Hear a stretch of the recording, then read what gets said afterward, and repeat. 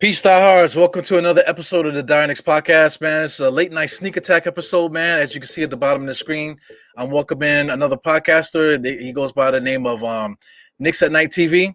So, we'll get him to introduce himself in a second, man. But as we do here on the KnickatNite Podcast, this your boy E-Rule, going live as usual.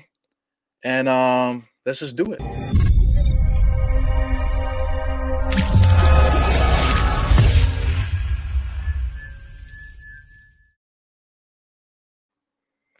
And once again, we got Knicks fan TV. Wow, soon.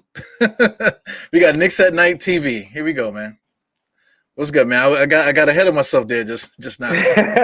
It's all good, man. How you doing, man? Ero, what's going on, man? Nice to chilling, man. Introduce yourself, man. Yo, this is D-Trav. Introduce yourself. This is D-Trav, known on YouTube and Instagram from the show Knicks at Night TV. Check me out over there. You can like and subscribe. Instagram, Facebook. I just got Twitter, and all platforms. Just check me out there. But me and you go back. We went to a couple games together. Couple fan greetings.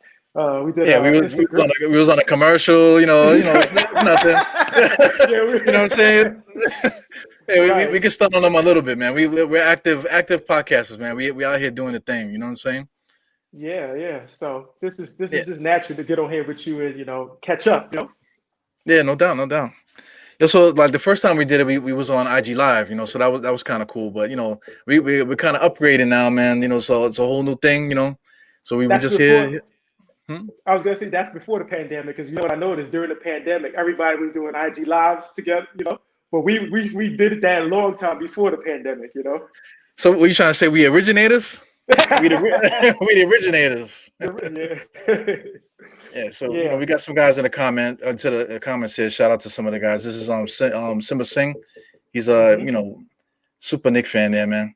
So anyway, I got you here, man. So what do you think about the season? Right now we're 5-8. So a lot has happened, man. We had a lot of ups and downs and stuff, but at one point we were 5-3. And then now we're 5-8. So what do you think about this whole transition, man? So that means we lost 5 in a row, right? So 5 in a row after, I already predicted, that the Knicks would go 500, and my prediction was looking pretty good for the first, six games or so, but now I feel, are we going to start holding Coach Tom Thibodeau accountable for the same thing that we used to get on Fizdale and Mike Miller? It seems like when coaches first come here, they start out with a bang, but then casually the spirits, everybody's hyped up because it's new and whatever. So, let's buy it. We got a new coach. We got a new front office. We're going to play hard on defense and everything like that. And it starts out good, but now it's down to, are you going to play the best guys on the roster? Because we know Elfrid Payton, he's a vet. We know Reggie Bullock is a vet, but do they deserve the minutes that they're getting right now? That's my question. Because I feel like at the beginning of the game, we always start up slow, mainly because of those two players as far as the floor spacing. And if, in the 5-game losing streak that we have currently, I feel like why not? Quickly's been playing good. I mean, he's a rookie. Obviously, he's not going to have constant, consistency with the ball games as far as he's going to be up and down. But I'd rather give him a chance than go with Elfrid Payton. And, Elfrid Payton, you know what you're going to get with him. He can't shoot. So to put him in a lineup with RJ and Reggie Bullock, who's supposed to be a shooter, but he's shooting bricks now, and Julius Randle, he's an okay three-point shooter. But basically, the best three-point shooter you got in your starting lineup is Julius Randle, according to the numbers, right? Yeah, right? that's bugged out, man. How do we get there? You know what I'm saying? Like I don't want to get too ahead, but I'm gonna backtrack on what you said here, man. I don't know if you can see that on the screen. Thibs on a hot seat is right. Are we really talking about Thibs on a hot seat after 13 games? No. We're not talking about he's on a hot seat, but when he's gonna make an adjustment. I know he sees, like, we know Thibs is a smart coach. He sees what's going on. He sees the game that we always starting slow. He sees teams that are looking at us starting to zone up. What, you got Elfrid Payton out here? Reggie Bullock hasn't hit a jump shot in who knows how long. You got Mitchell Robinson. He's never going to look to shoot. We got RJ Barrett who's shooting like 12%. when he's going to realize you can't put that starting lineup out there. That's you started from the beginning of the game. You started with a disadvantage right away, straight off the bat. What you think? Yeah, I agree with that, man. But Tom Thibodeau is like a hard guy. He's old school too. So there's lessons that need to be learned too. So that's what a lot of you say you just got on Twitter, man. Twitter is something else, man. The guys on Twitter, they go off the deep end with the stuff because they're literally chanting on Twitter, "Fire Thibodeau" on Twitter right now, which is bugged out. You know what I'm saying? But the thing is, the point I'm trying to make with that is that he's an old school coach. So there's lessons that need to be learned. Elfrid Payton is who he is. Reggie Bullock and these guys are who they are.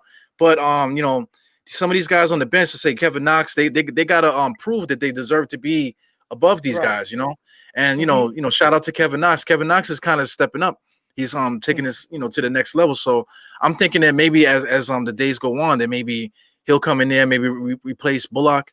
RJ Barrett might be a guy they might take out the lineup too, man. That dude can't hit a shot to save his life, man. Right now. So it's a lot of crazy stuff, man. But see, my thing is that RJ Barrett, his strength has never been jump shooting. He's just got to realize that even though in the preseason or the off season he was working on his jump shot, like I said on one of my last shows, is that he's got to learn that you're open for a reason, right? So when that's not the strength of your game, you do a little pump fake, take one dribble in, and take that mid-range. I think he's just so out there to prove that he can shoot threes that he's going to always take the three when you look at veterans like Jimmy Butler, for example, he knows he's not a good three-point shooter. He takes the shot that he wants to take, not that the defense forces him to take. And right now, RJ is taking the shot that the defense is forcing him to take. Yeah, I agree with that. That's an argument that we were having on on one of the other shows, whatever. It's just that it's the basketball IQ. These guys want to succeed. They want to run the offense and stuff like that. But even Tom Thibodeau said there was a couple times where like in one of the previous games where guys were just passing up shots. They would have an open shot. They'll wait for the defense to come on them and then give somebody else a shot. Yo, man, let it fly, bro. Like what's going on? And then like you said with the offense, if they're leaving you open for a reason, you don't have to shoot that shot. You look at this guy in Philly, Ben Simmons. Ben Simmons, right. He's not trying to shoot, but he knows that he can get to the basket and dominate you that way. So he's gonna if you're gonna back up off him, he's gonna push you right out of bounds and score on you. You know what I'm saying? So RJ Barrett, Elfrid Payton, they kind of got to do the same thing, man. Sometimes I can't even tell them guys apart. you know what I'm saying? They look almost exactly the same to me on the court sometimes. I swear, every time Elfrid Payton takes a jump shot, I cringe. I said this on Instagram. I was like, I don't know who taught Elfrid Payton to shoot like that, but it's like straight line drives. And I was just like, how he went his whole career shooting like that is, I don't know, it's crazy to me. But it's like when he shoots, it's like, oh my goodness. Then when RJ shoots, like I said, I feel like RJ is a rhythm shooter, right? So if you're not a natural born shooter like a Allen Houston or like a John Starks or like a Klay Thompson, the first shot of the game cannot be a three-point shot, because you're not in rhythm. You out there, you're not a natural shooter. They pass you the ball, they swing, you wide open. You need to give it rhythm. Take that one dribble in, get your momentum going, fill this to the basket, to take a couple of layups, get fouled. Now you get to the free throw line, you see that ball going into the hole. Now next time you open for a three, then you take the three. But he's just so stuck on like, I'm open, I'm going to shoot. I'm going to prove them wrong. I think RJ Barrett is in his own head trying to prove people wrong that he can shoot, So I think he needs to work. He needs to work on that. Once he starts doing that, then you get in the flow of the game. Then you can start hitting threes, Right now he's just letting them fly. But I definitely agree. Say Walt-Clyde Frazier, he made a point too. He says Elfrid Payton, it's 7 years I think for him in the NBA right now. The guy still can't shoot. So you're like it's like no matter how much practicing he's gonna do, he's never gonna be able to shoot a jump shot. But RJ can't fall into that same thing. Like you said, he's got to learn to dictate what's in front of him. You know what I'm saying? So outside of the offense and stuff like that, because these guys are young, they're still kind of learning the game and stuff. So outside of all of that, they kind of need to understand the what's in front of them and attack what's in front of them, not just simply blindly run the offense. So because I think that's really the whole problem what we're having here. And also too, man, we just need we kind of need to get healthy because Alec Burke is a guy that we definitely need. He's a shot creator, so adding another shot creator will kind of take the pressure off of certain guys because RJ, we want him to be this or that, but he's not really a ball handler. He's more Right. like of a slasher, drop the shoulder Right. kind of drive type of thing. So, we kind of need to get healthy so we really can see, what's available there. But what can the Knicks do to really improve? I heard you mention a couple players, but what do you think that we can do to get out of this funk? All right. So to get out of the funk, I have two scenarios. One, we're gonna go with the internal situation, right? Internally, like you said, I believe that the Knicks could improve when they get certain players back. We're gonna go with Alec Burks, for example. He was averaging 28 a game before he went out. So Right. I believe if Thibs decides to do this lineup, this will actually help with the slow starts that we have. Reggie, you take Reggie Bullock. I know you said Kevin Knox, but like you said, Kevin Knox is still working his game. I think Alec Burks is more proven in the league than Kevin Knox. So what you do is you take Reggie Bullock out of the starting lineup and you put Alex Burks in. You move RJ Barrett to the small forward and Alex Burks will play the two. Now, Elfrid Payton, I still think, even though IQ is a rookie, he still has the savvy that he doesn't play like a rookie to me. Like he knows how to use his body, he knows how to create. He's a great free throw shooter, a good 3-point shooter. He knows how to draw fouls. So that I think that rookie card that he's pulling on IQ has to go out the window because he doesn't play like an actual rookie. So I think he deserves to start. You put IQ at the point guard, Alex Burke at the two, RJ Barrett at the three, and then you go with finish up with Randle and Mitchell Robinson. And I think that will help us out with the slow starts. And then as far as come to bench, you still have Kevin Knox coming off the bench, Obi Toppin, Austin Rivers, and that would be your second unit. And maybe Elfrid Payton could come out with that unit and just feed those guys the ball. He could get Kevin Knox into his spots. He could give Austin Rivers once in a while, let him do his one-on-one ISO ball, or get Obi Toppin run the pick and roll with Obi Toppin. So I think they could do that. That's internally. If that doesn't work out, then maybe we could go the trade route. One of my favorite players in the NBA is Zach LaVine. I really like Zach LaVine's game a lot. And if you look at his numbers, he is killing it this year. He's averaging about 29 to 28 a game, about 5 rebounds, 5 assists. The kid is clutch. If you look at his fourth quarter points, it's off the charts. How many points he scored in the fourth quarter in the clutch? I feel like if you could tandem him with Julius Randle, then the Knicks will make some noise in the East. Obviously we won't be like a top 3 team, but 5 or 6, maybe 5 or 6, we could do that. But we lacking in shooting. 2 things we lacking in shooting and scoring. The 2 things that Zach LaVine do the best. Shooting, he's shooting about 38, 39% for the 3-point line, scoring 28 a game. Of course, he can finish at the loss. How he finishes at the rim. So he got handled, he can pass. And don't forget, he played 1 year under Coach Tom Thibodeau, so he should know the offense if we decide to make that trade. Yeah, I agree with everything that you're saying, man. To add to Zach LaVine also runs the break too. And the Knicks are trash right now with the fast break. So adding him next to Quickly would be great. But I agree with the Zach LaVine thing, but the thing is, how do we get him? Because we're gonna have to come up with some kind of package. I know we got 18 million, still in the stash, but we're gonna have to get some kind of group of players in there because everything you said is true about Zach LaVine, man. So we got to give to get. So have you thought about any packages that we can do to get somebody like him? Well, right now I know this is gonna be hard. I've been a strong advocate for Kevin Knox. Even when the guys is killing him on Twitter or killing him on Instagram or saying Kevin Knox is a bum, I've been one of the people stand up for Kevin Knox to say, give the kid a chance. John Calipari said he's going to take about 3 years or 4 years to develop. But I feel even if he develops to his high potential, he's never going to get to a Zach LaVine level, right? Right now he's hot. He's shooting about 44% from the 3-point line. I'm sorry, Kevin Knox, but I'll put him in a package for Zach LaVine. Frank, he could go in a package for Zach LaVine. The Dallas picks, I want to keep our picks, but the Dallas picks, they could go in a package for Zach LaVine. I think really the Bulls is rebuilding right now, so they're probably going to look for more picks. I don't know how they feel about our young players, but if they let Zach LaVine go, they're going to look to build their team up and start over with the new regime that they have in there. So they're probably going to look for picks and young guys. I don't think they would want Reggie Bullock, but I send Reggie Bullock. The only people I feel that are untouchable on the Knicks right now currently. You want to know the messy thing about this, Eru? We can't even trade Elfrid Payton because I think he has a no trade clause. So we stuck with him. Yeah, up until a certain point. All the players that were signed in the summertime, I think after a certain date, you're able to trade them. But that's not going to happen until like damn near close to the trade deadline. So. Okay. So besides RJ Barrett, Mitchell Robinson, Quickly, and Obi Toppin. That's 4 players. Oh, I want to keep Julius Randle too. So 5 players. Because remember, I said I want a tandem. I'm going to be our main scorers.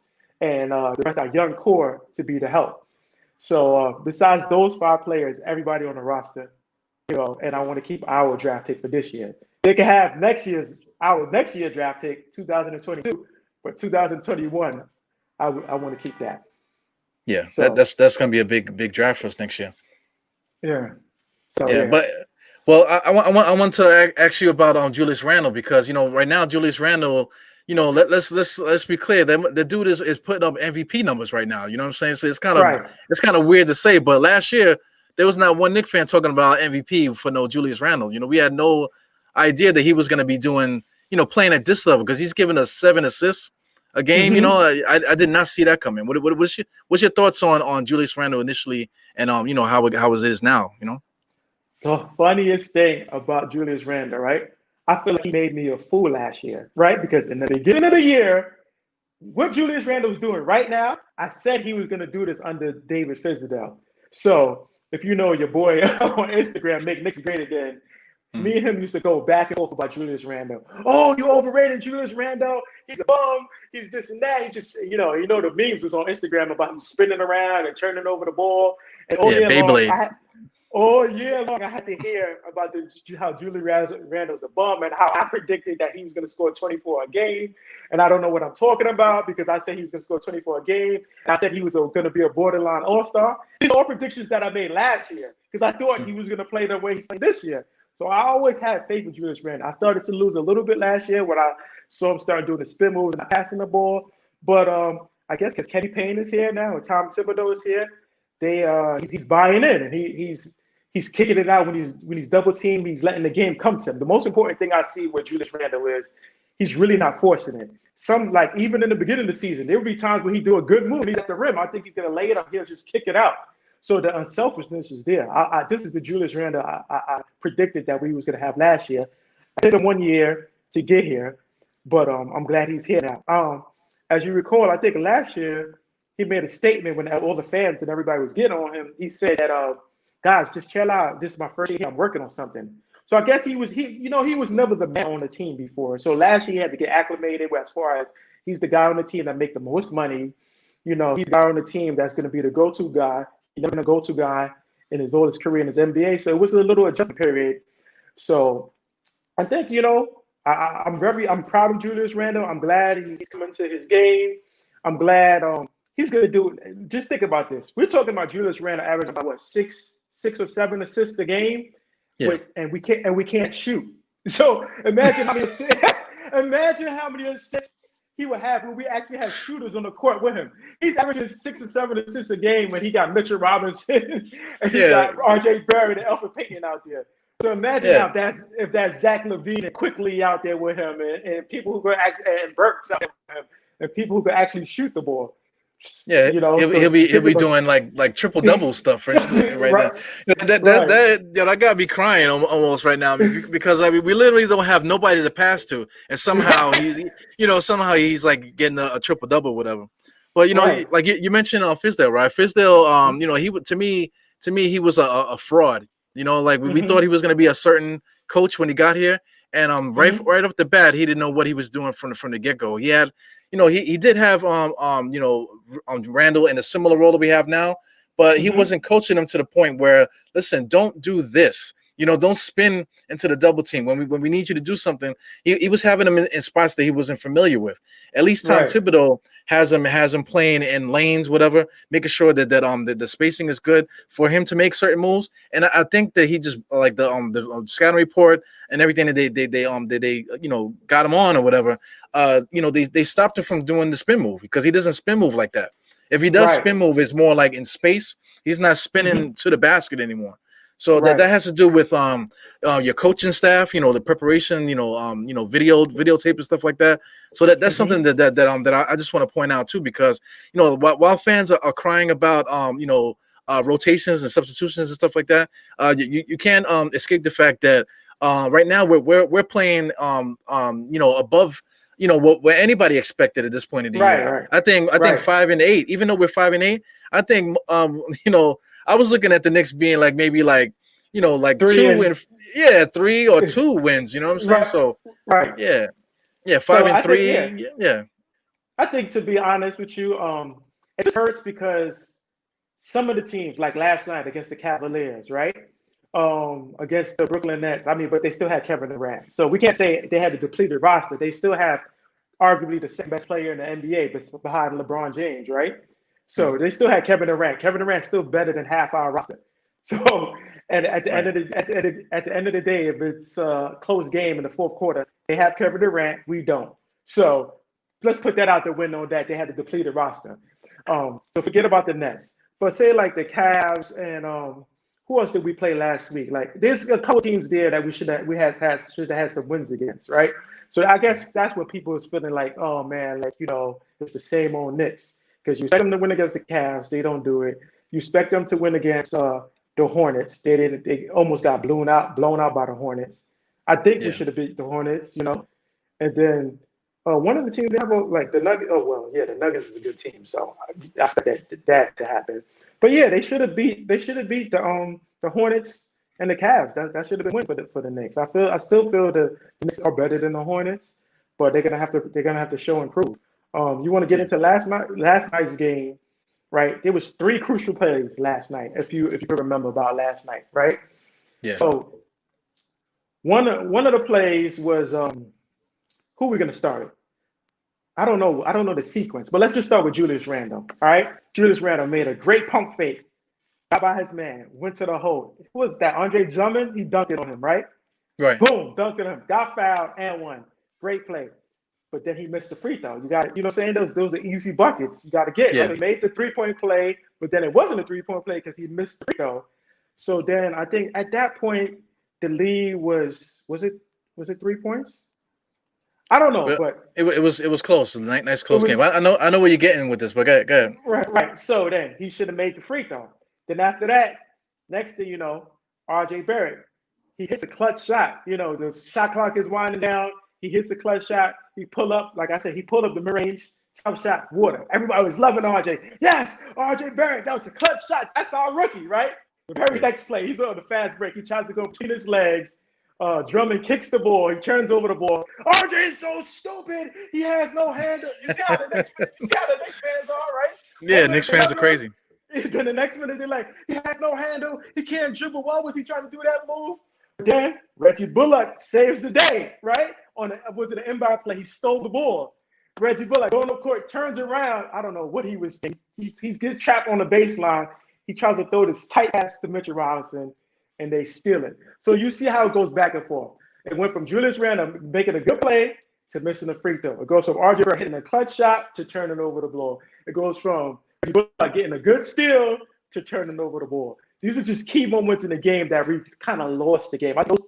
Those three plays were 3 big plays that cost us that game last night. Like that Julius Randle too. I think he had a clear path foul also too, right? Oh it's like stupid ass clear path foul. That when he did that, I almost lost it, man. Because I try to watch the game on my phone because I don't want to break any of the stuff that I don't want to break my TV and all the important stuff. At least the phone, I know it has a case. I could chuck it. And maybe it'll be all right. You know what I'm saying? So I try to do that, while I'm doing the stuff here, man. But it is crazy, man. These guys are we have guys kind of overachieving. Like in the beginning, in the beginning, like when we were playing well, we beat the Bucks. We beat all these different teams that we beat in the beginning. We beat them a certain way. We played a certain kind of almost like a bully style of basketball. We were getting the shots that we wanted. Guys weren't forcing all the threes that they were doing. I think it was that one game where we almost got blanked out. We didn't shoot no threes, whatever. But for the most part, we had we could see a playing style. Guys are playing hard, and this, that, and the other. Somewhere after that 5-3, I feel like we might have lost something. Maybe we got ahead of ourselves, thinking that we're better than we are or whatever, and then they kind of just came back down to earth. It could be the opponent's scouting report as well, too, man. So, I like. Yeah, go ahead. No, I was gonna say no. I was gonna just to chime in on what you were saying. I think where we lost our way was that our players got injured. Alex Burke, he hurt his ankle. Then you had Quickly, who got hurt. Then you had Obi Toppin, who he only played one game, so he wasn't part of the winning. But a lot of our players started getting hurt. Then we had to pick up Taj Gibson because we didn't have enough centers. Noel was also hurt. So I think during that process, with us being other players having to rely on players that we usually don't have to rely on, he was leaning more on the vets. And I think that kind of hurt, like, for example, I think that kind of hurt Obi Toppin. The fact that Obi Toppin got hurt the first game, right? And then Julius Randle goes on this crazy run.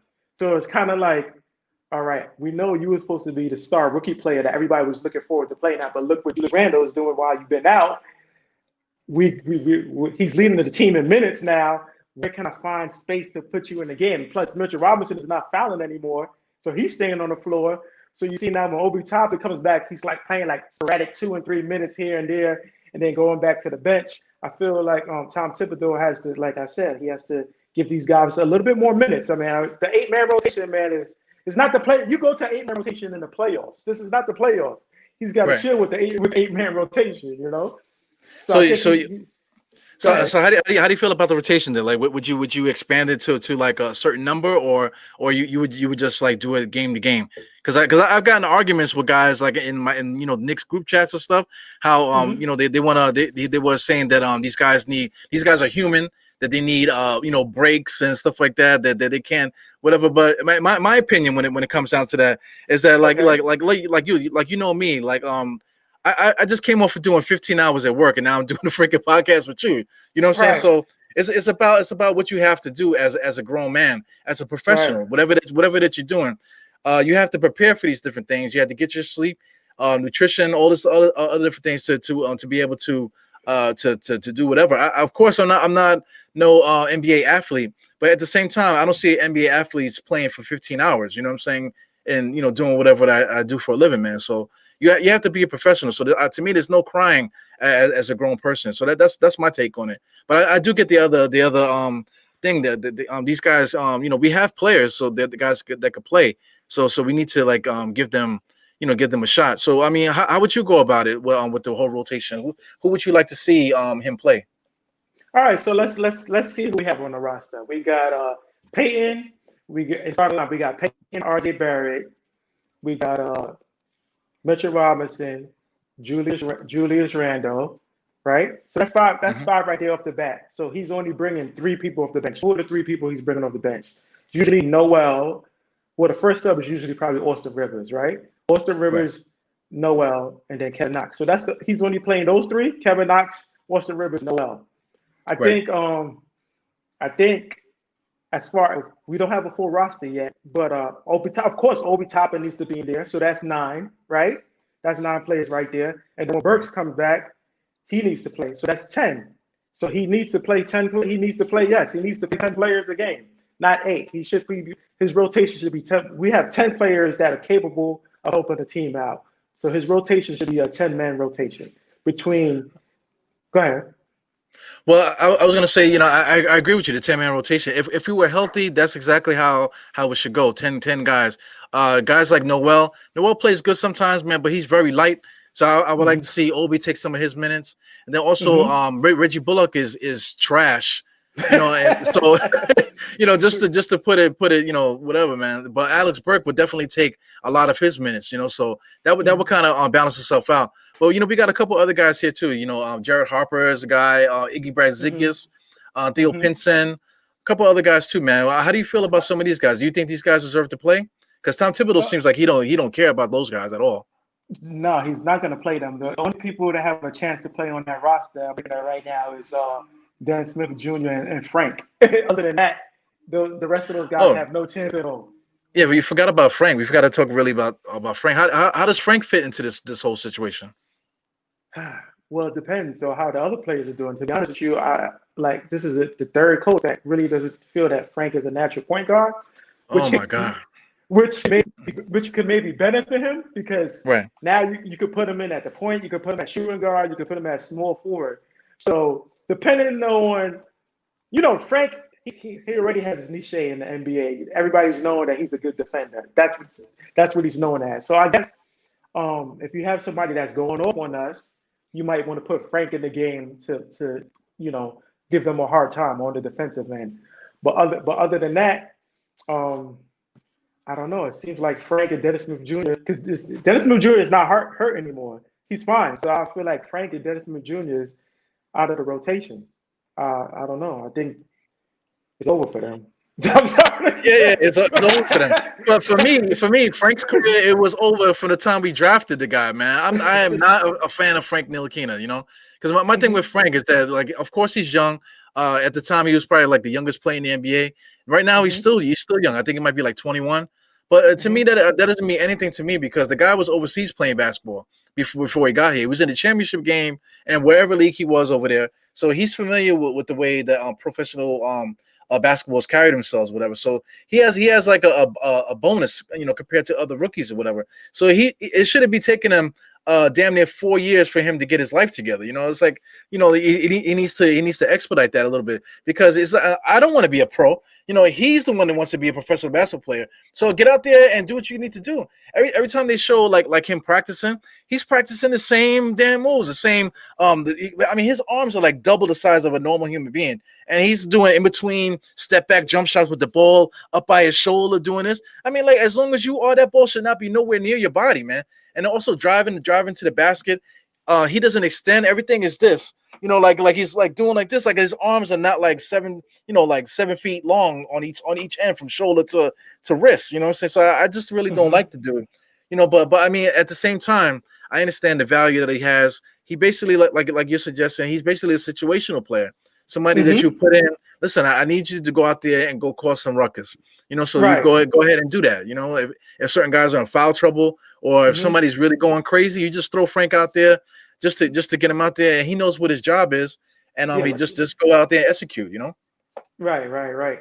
Just be careful what you say, man, because I was on another show, the KnickatNite show, and I just broke down Frank's game, and the Frank Hive went crazy. So I didn't even say anything negative about him. I basically said what you just said, right? Right. And they in the comments they was killing me. Oh, you don't know what you're talking about, this and Frank Dad. Even one of your boys, Hebrew, he went off on me.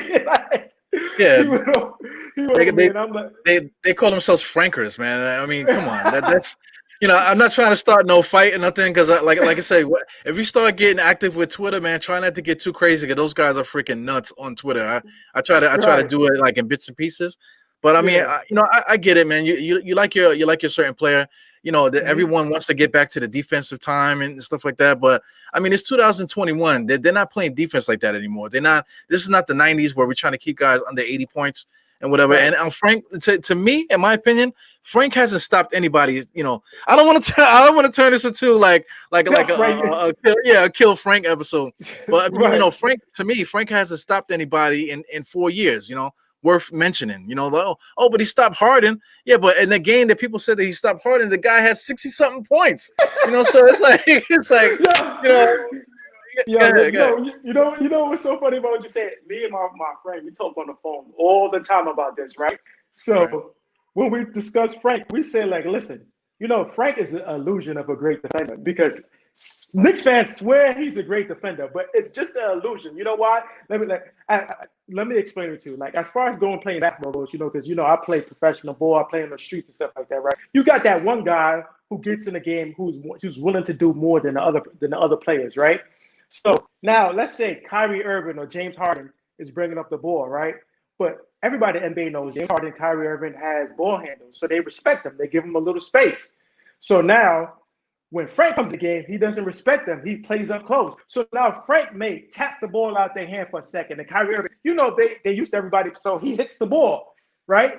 So now he loses the ball. Everybody's hyped up. Oh, look at Frank. Frank is playing great D. He knocked the ball out of his hand, right? So now all Kyrie Irving has to do is make an adjustment. Oh, this guy's playing me close.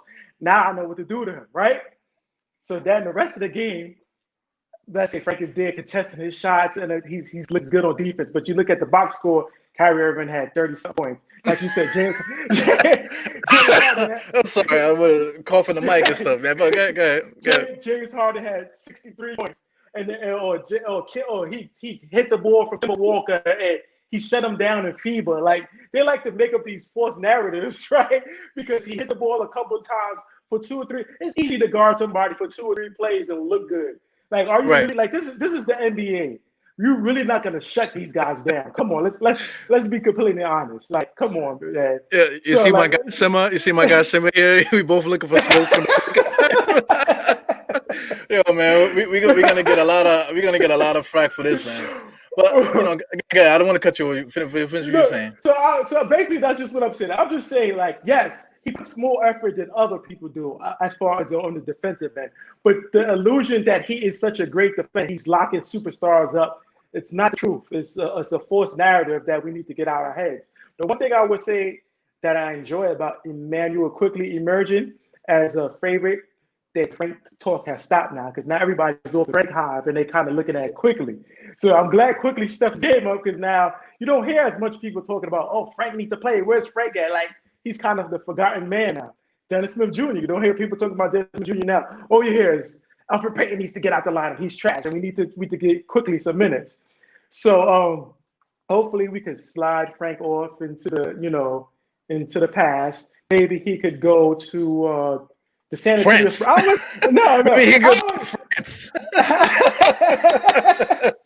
I always say Frank is perfect for the San Antonio Spurs. Probably take that guy and he'll make him look great. I almost spit my drink out. But even in the San Antonio Spurs, he ain't getting no run over there.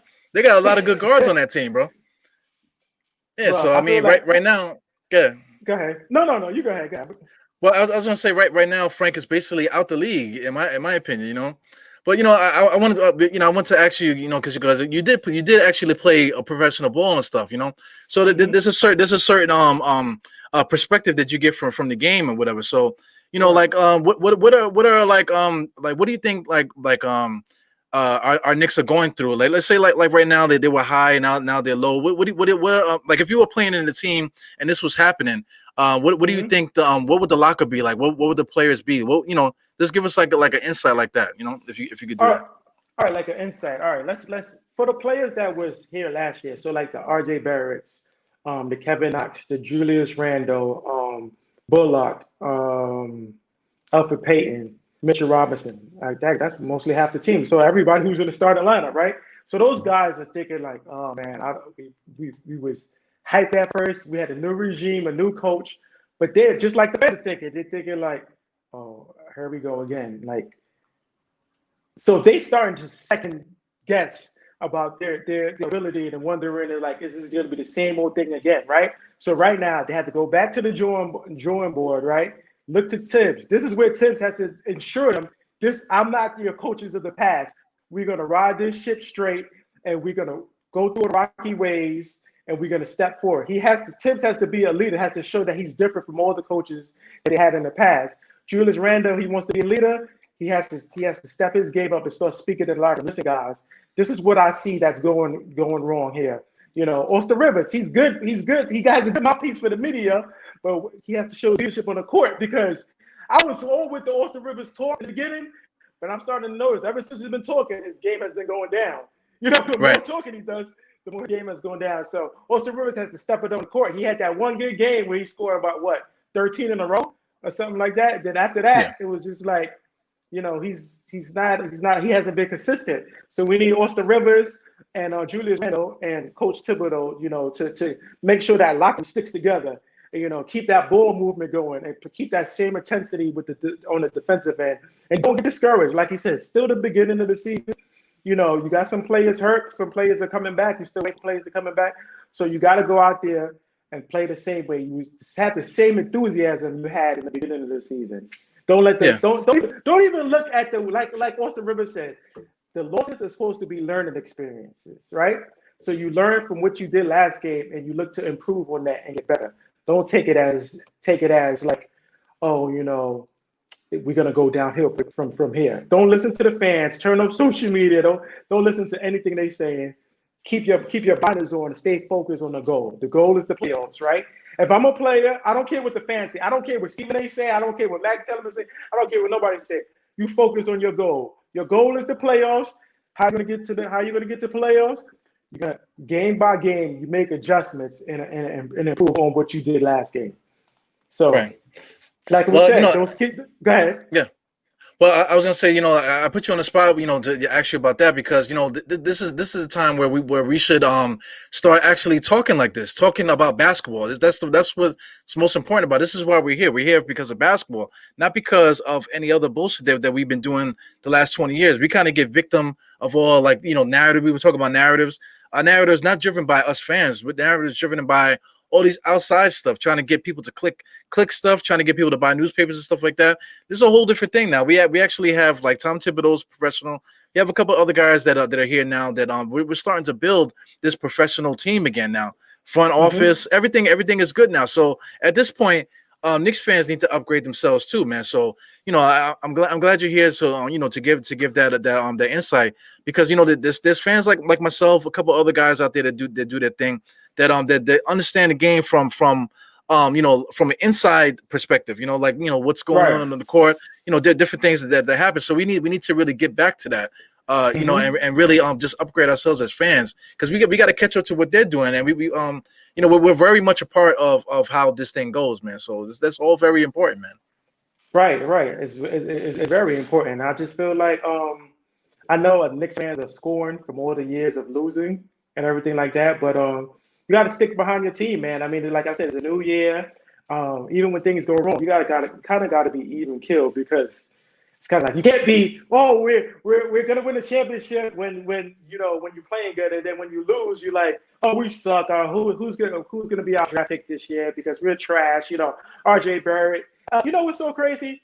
I see some of these Knicks chats that they have, and the split used to be on Frank. Like you have people who was for Frank. And people against Frank. You know who's the new person now that they talk about like that? R.J. Barrett.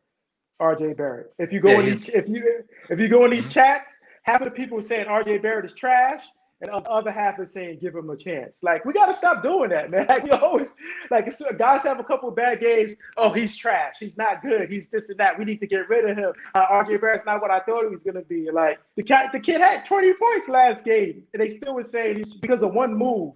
They would say, "Oh, he's trash. He costs us the game." He's still a second-year player. This is only his second year.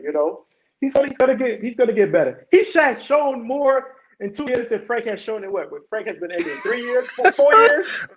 Yeah. You got to give him credit for that, man. And also too, he's playing hard and playing defense, passing the ball, and he's rebounding too. So it's not all about that jump shot. People get so hyped. That's what I can't stand about today's fan is that everybody just wants people to shoot threes, man. It's like what the hell's going on? Like you can still get a three. It's called a three, a freaking and one. Get to the line. That's another way to shoot a 3-pointer. Stop the clock and all this stuff, man. So. Like I said, man, fans need to get back to where it used to be, man. Start studying the games. Guys need to actually watch games. Nobody's watching games, man. Everybody's on that analytic bullshit, man. Everybody's, bringing up all these different stats to prove, that they're right about a certain thing, whatever. We need to get off of that and bring it back to the way it used to be. Right. I get what you're saying. You're talking about analytics and stuff, right? Like as far as the analytics, right? I guess you use a percentage of that, but then, like you said, you have to have players and coaches that actually play the game that know, like, listen, they may say the mid-range is not a good shot anymore, that you need to go to the basket or shoot a three, right? But like you say, coming from a player's perspective, like as far as I go playing basketball and training, almost my entire life playing ball, that if that's something that you do in the gym consistently over and over again, right? That's a good shot. A mid-range shot is a good shot in the game. No matter what the analytics say, because I practiced that shot a million times. Of course, in the game, I'm going to take that shot. It doesn't matter if analysts say, no, it's better off that you take a 3-point shot. Yeah, but if I practice a million mid-range shots in practice, is not a bad shot in the game. It's all about what you practice. People used to say some of those shots, Vince Carter, right? Those one-legged shots that he'd taken over was not good shots. But Vince Carter practiced those shots all day long, so it's a good shot for him. Kobe Bryant practiced fadeaways with people hanging all the time. So it's good shots depending on what you practice. Don't take shots in the game that you don't practice. That's what you consider a good shot. Okay. Well, I wanna get to wrapping up, but this Joe Madden here, he's a fellow Nick podcaster as well, but he was talking about a soft tank. That's basically the whole soft tank is like a new cliche word that they use now when it comes to this stuff. So so what do you think about that whole soft tank thing? Because Tom Thibodeau said that they're gonna try to win, they're gonna try to play hard, this, that, and the other. They're not about that tank stuff, so just the fact that fans are saying soft tank is just the wrong mentality. The same thing what I'm trying to say is that, like, we need to upgrade our fandom. All that soft tank and stuff. I know we want to get a high draft pick and this, that, and the other, but at the same time we have to prove to the league, prove to the players, prove to the fans that we're trying to do something, and we have to prove that on the court, and it can't just be about some dude that's in junior high school that we're waiting for him to to get to college, to save our Knicks. We got to get off that. But Right. you could talk about the soft tank, and we can transition into the Dallas and the Knicks picks. All right. So the soft tank. All right. Let's just get this straight. All right. How many years are we gonna talk about whether it's hard tank, soft tank? I don't care. I don't want to hear no tank ever mentioned again with the Knicks, because every time we talk about tanking, we can never do it right. We never end up with the first or second pick. So what's the point of tanking when you're not even getting players you want? We wanted Zion, we didn't get his Zion. We wanted, like, it doesn't work. It doesn't work. And now with the new rules, like, anybody could jump to the number 1, 2, or 3 spot. So there is no point of tanking. You go out there, you play hard, you try to win games, you let the pieces fall as they may. I don't think Tom Thibodeau is going out there coaching the tanking. Like you said, he wants to go to the playoffs. So at the end of the day, he's more likely to go to the front office and make a trade for Zach LaVine than he is to tell them, like, okay, we're gonna play these guys and hope we get Cade Cunningham. He's more likely to go for Zach LaVine than tank and go for Cade Cunningham.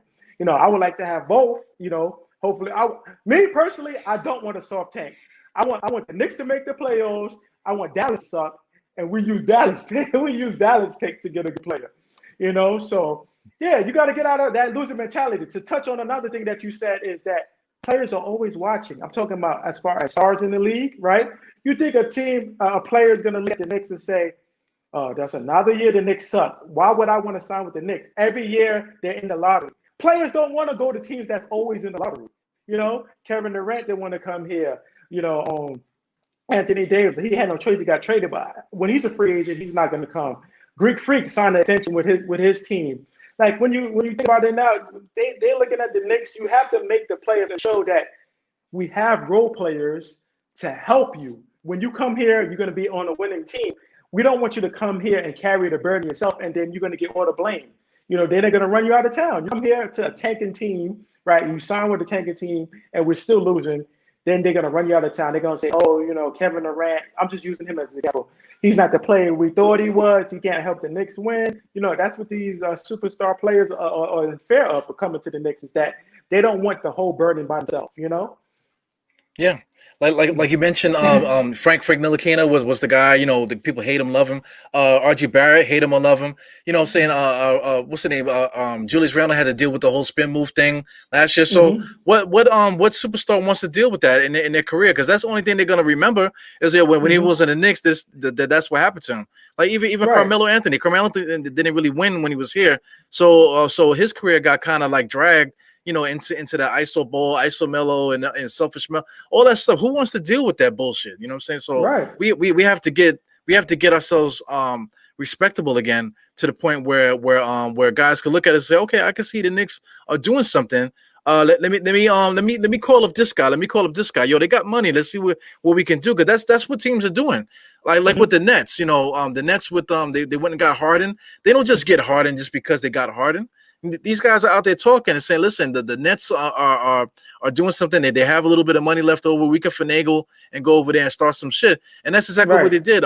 Kyrie went over there with Durant, and then out of nowhere, they got Harden now. That's all not gonna happen until we can get some respect back put in our names, man. So what do you think about Dallas and the Knicks, man? Who do you think is gonna have the higher pick? Dallas and the Knicks. My heart says the Knicks is going to have the higher pick because I'm a diehard Knicks fan. But, Dallas is going to probably they're tough in the West. They're tough. They're in a tough position in the West.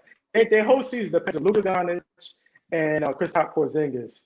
So as long as those two guys are healthy, where are they at right now? Can you go to the West? The Knicks are right now the number 11 seed, right?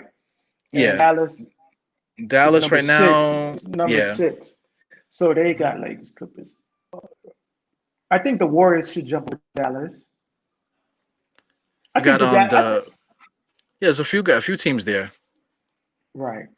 No, Dallas is definitely Dallas will be in the top 8. I'm sorry, Dad. Dallas will be in the Dallas at least will be a 7 or 8 seed, probably. Well, real quick, we got the Lakers, they got the Clippers, Jazz, the Suns are there, Trailblazers.